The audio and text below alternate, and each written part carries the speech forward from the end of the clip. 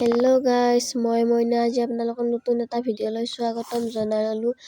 আজি মই আপোনালোকৰ কাৰণে লৈ আহিছোঁ নিমকিৰ ৰেচিপি আৰু নিমকি তিনি ধৰণৰ বনাইছোঁ। ইয়াতে কেনেকৈ নিমকি ক্ৰিস্পি বনাব পাৰি সেইটোৱে দেখুৱাম। যদি এই ৰেচিপিটো চাই ভাল লাগে চেনেলটো ছাবস্ক্ৰাইব কৰিব। আৰু ইয়াতে মই 3 বাটি ময়দা লৈছোঁ, ইয়াতে কালজিৰা লৈছোঁ, সোৱাদ অনুযায়ী নিমখ ব্যৱহাৰ কৰিছোঁ। এইখিনি ভালদৰে মিহলাই ল'ম।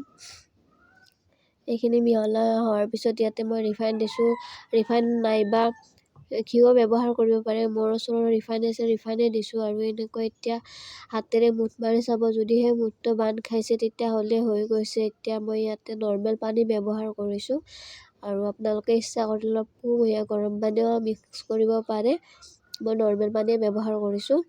আৰু এতিয়া এনেকৈ ডোটো বনাই ল'ম আৰু পানী একেবাৰতে দি নিদিব, লাহে লাহে দিব, তেতিয়া ডোটো ভাল হয়। আৰু এতিয়া চাওকচোন মোৰ ডোটো ৰেডি হৈ গৈছে। এতিয়া ডোটো 10 মিনিট বা 15 মিনিটৰ কাৰণে ঢাকি থৈ ৰাখিম মই। এতিয়া ঢাকি থোৱাৰ পিছত চাওকচোন কিমান ধুনীয়া কোমল হৈছে। আৰু এতিয়া মই ৰুটিখন বেলি লৈছোঁ। এতিয়া মোৰ ৰুটিটো বেলা হৈ গৈছে। এতিয়া মই প্ৰথম পদ্ধতিটো আপোনালোকক দেখুৱাম। এইটো হৈছে প্ৰথম পদ্ধতি। এনেকৈ গোটেই ৰাউণ্ডত কাটি দিব, 4 ভাগ কৰিব ফাৰ্ষ্ট টাইম। আৰু তাৰপিছত এনেকৈ সৰু সৰুকৈ কাটি দিব। সৰু হ'লে বস্তুটো খায়ো ভাল লাগে, দেখিবলৈও ভাল লাগে, তাৰ কাৰণে এনেকৈ সৰু সৰুকৈ দিব। আৰু এইটো চাওকচোন, এইটো প্ৰথম পদ্ধতিটোৰ ডিজাইনটো হৈছে, এইটো কাটা নিমকিৰ ডিজাইন চাওকচোন কিমান ধুনীয়া হৈছে। আপোনালোকেও এনেকৈ ঘৰত ট্ৰাই কৰি চাব। এতিয়া মই এইটো ফাৰ্ষ্ট টাইমে বনাইছোঁ, এনেকুৱা ধুনীয়া হৈছে। আৰু এয়া হৈছে ছেকেণ্ড পদ্ধতিটো। এইটো হৈছে নৰ্মেল যিটো আমি দোকানৰ পৰা খাওঁ নিমকি, সেইটো সৰু নিমকিটো। আৰু এইটো এনেকৈ সৰু সৰুকৈ কাটি ল'ব। আৰু ইচ্ছা কৰিলে গোটেইটো একেবাৰতে কাটিব পাৰি। মই এনেকৈ কাটিছোঁ, অলপ অলপকৈ কাটিছোঁ। এনেকৈ কাটিলে শ্বেপটো ভাল হয়, তাৰ কাৰণে মই এনেকৈ কাটিছোঁ। চাওকচোন কিমান ধুনীয়া হৈছে নিমকিটো, দোকানৰ নিমকিতকৈ ধুনীয়া হৈছে। আৰু এনেকুৱা ভিডিঅ' পাই থাকিবলৈ চেনেলটো ছাবস্ক্ৰাইব কৰিব। আৰু এয়া হৈছে 3 নম্বৰ পদ্ধতিটো। এইটো পদ্ধতি অলপ দীঘলীয়া হয়। ইয়াতে এনেকৈ ৰিফাইন দিব, অলপ ৰিফাইন দি পেলাই গোটেই ৰুটিটোত এনেকৈ দিব। তাৰপিছত ইয়াতে ময়দা দিব, ময়দা দি এনেকৈ গোল শ্বেপ এটা দি পেলাই ৰোলটো বনাই ল'ব। এইটো ৰোলটো বনোৱা হৈ গ'ল মোৰ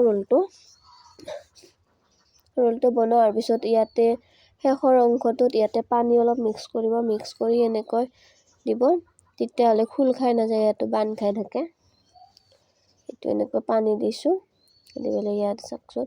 আৰু আপোনালোকে ইচ্ছা কৰিলে সৰুও কৰিব পাৰে, ডাঙৰো কৰিব পাৰে। মই একদম নিয়মৰ কৰিছোঁ, বেছি সৰুও নহয় ডাঙৰো নহয়, সেনেকৈ কৰিছোঁ। চাওকচোন কিমান ধুনীয়া হৈছে, শ্বেপটো দেখিবলৈ ধুনীয়া হৈছে। এতিয়া মই এইখিনি এনেকৈ বেলি ল'ম, সৰু সৰুকৈ ফাৰ্ষ্ট টাইম এনেকৈ লৈছোঁ।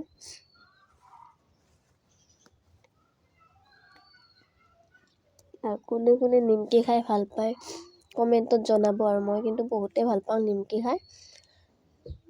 তাৰপিছত এনেকৈ ময়দা দিব, অলপ দি পেলাই বেলি ল'ব। বেছি ময়দা নিদিব, নহ'লে তেলখিনি ফ্ৰাই কৰোঁতে তেলখিনি বেয়া হৈ যায়, তাৰ কাৰণে বেছি নিদিব।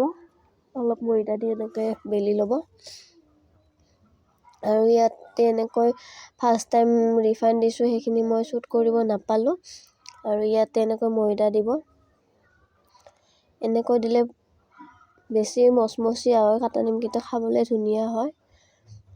এনেকৈ শ্বেপ বনাই ল'ব। তাৰপিছত এনেকৈ অলপ বেলি ল'ব, বেছিকৈ নিদিব, অলপ অলপকৈ এনেকৈ বেলি ল'ব। বেলি লোৱাৰ পিছত এনেকৈ কাটা চামুচেৰে এনেকৈ দিব, তেতিয়াহ'লে খোল খাই নাযায় নিমকিটো, আৰু ফুলিও নাযায়। এনেকৈ দিব। আৰু মই তেলখিনি গৰম হ'ব দি থৈ দিছিলোঁ। এতিয়া মই নিমকিখিনি দি চাইছোঁ, হৈছে তেলখিনি ধুনীয়া হৈছে, বেছি গৰমো হোৱা নাই, ঠাণ্ডাও নাই বেছি। এনেকৈ এতিয়া অলপ লৰাই থাকিব।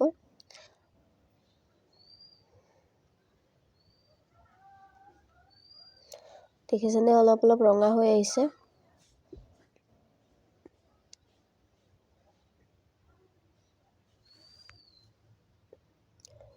এইটো মোৰ নিমকি হৈ গ'ল। দেখিছেনে কিমান ধুনীয়া হৈছে।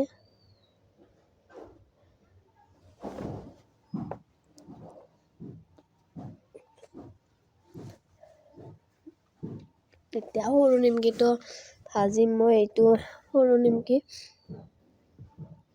এইটো বেছি টাইম নালাগে, এইটো সোনকালে হয় অলপ। এইটো দেখিছেনে কিমান ধুনীয়া কালাৰ হৈছে। এইটো ৰেডি হৈ গ'ল। চাওকচোন কিমান ধুনীয়া হৈছে। আৰু এয়া 3 নম্বৰ, এইটো ৰোলটো ধুনীয়া হৈছে এইটো দেখিবলৈ। এয়া মোৰ গোটেইখিনি এতিয়া ৰেডি হৈ গ'ল নিমকি। আৰু আজিলৈকে ভিডিঅ'টোত ইমানখিনিয়ে আছিল। Bye bye.